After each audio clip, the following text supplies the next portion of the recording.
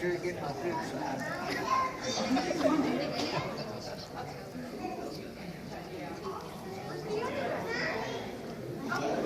People's lives are stories that start long before they're born, in the minds, hearts, and experiences of their ancestors, and even further back in the infinite plan of Jehovah God.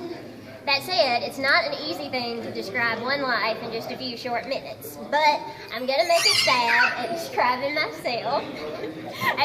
myself and part of my story to y'all. And it's all right here. I've taken out 3 tiny little parts of my heart and put them in this bag, and I'm going to explain them to you one at a time.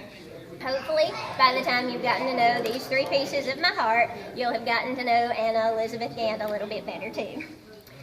The first inhabitant of my little bag is this.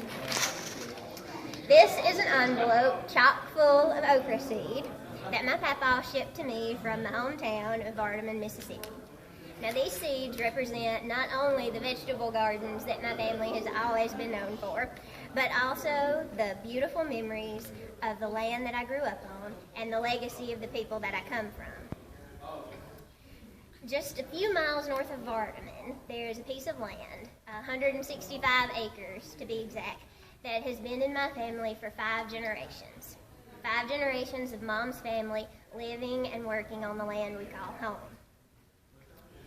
This acreage is priceless, not in itself, but because of the family that grew on it.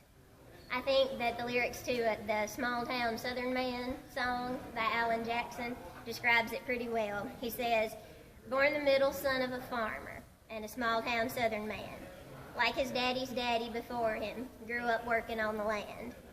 Fell in love with a small town woman, and they married up and settled down. Natural way of life if you're lucky for a small town Southern man.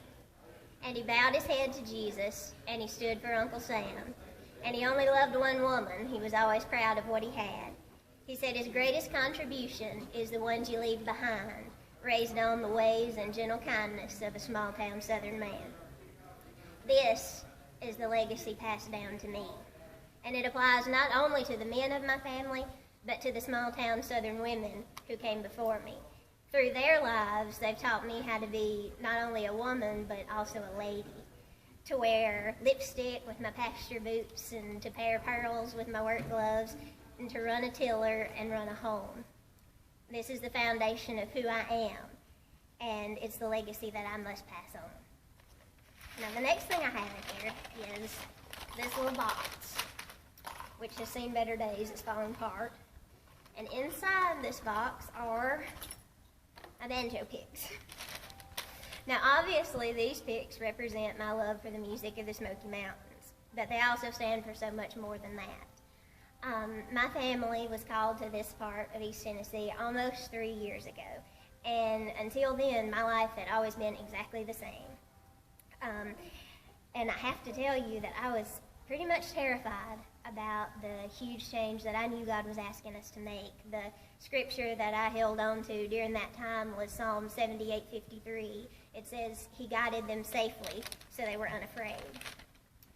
We turned loose of everything that we had in Mississippi. We packed up our lives in the back of a U-Haul and our car. We sold our house and we came. We drove through the night on a Friday. And we got here to the new house on a Saturday, and we started our brand new lives and ministry the very next morning, that very Sunday morning. I was 21 years old, and everything in my life had started up completely over. I hold these picks in my hand, and I remember those days which for me were such a mixture of fear and faith. And I look at them in gratitude, thanking the Lord for all he has granted me in my brand new home. He's given me my mountain music. He's given me music teachers that I have absolutely come to love as family. He's given me a church to love and minister to. Everything I needed, and way more than I ever dreamed of. And these picks are a constant symbol of God's goodness to me. Now I have one more thing left in my bag, and this one is very unique. You can see I have just an average illustration of a tree. I drew it out. But you can also see that I channeled my inner 4-year-old and made my tree's leaves purple. But I didn't just randomly choose to make them purple. There's a very good reason for it. It's unusual, yes, but purple trees are actually the perfect picture of who I am as a person and the way I view the world. When I was a very little girl, I was coloring with a whole bunch of other kids, and we had a gigantic piece of paper. We were trying to draw our hometown, and I decided to draw some of the trees. So, while everybody else was busy on something else, I grabbed up my purple color and I started making the most beautiful tree I had ever seen. And that's when the backlash started. The little kid sitting next to me suddenly yelled in front of everybody, "What are you doing? You're messing it up. Trees can't be purple." I looked up from my beautiful purple tree and saw that all the other kids had drawn green ones. And I looked around at all their shocked, wide-eyed little faces and I said, "Trees can be purple if I'm coloring them." And to this day, I sometimes still run up against the fact that I do things a little bit differently than most people would expect me to. And every so often, I feel like a box of assorted chocolates in the Caramel's Only section of Life's store. But I'm happy with that, because I know that my God is leading me down the paths He has set up just for me. An interesting thing is that when I was a child, no matter how purple I colored my trees, I always made sure to stay inside the lines. And as a grown young woman, I've applied this to my life in general, meaning that I stay uniquely me in all the ways God intended for me to be by staying inside the boundaries of His commands. God can make the most beautiful paintings out of our lives if we'll let Him use His whole color box. And I gotta say that I'm pretty sure by the time He's done with my painting, it's gonna have a lot of purple in it.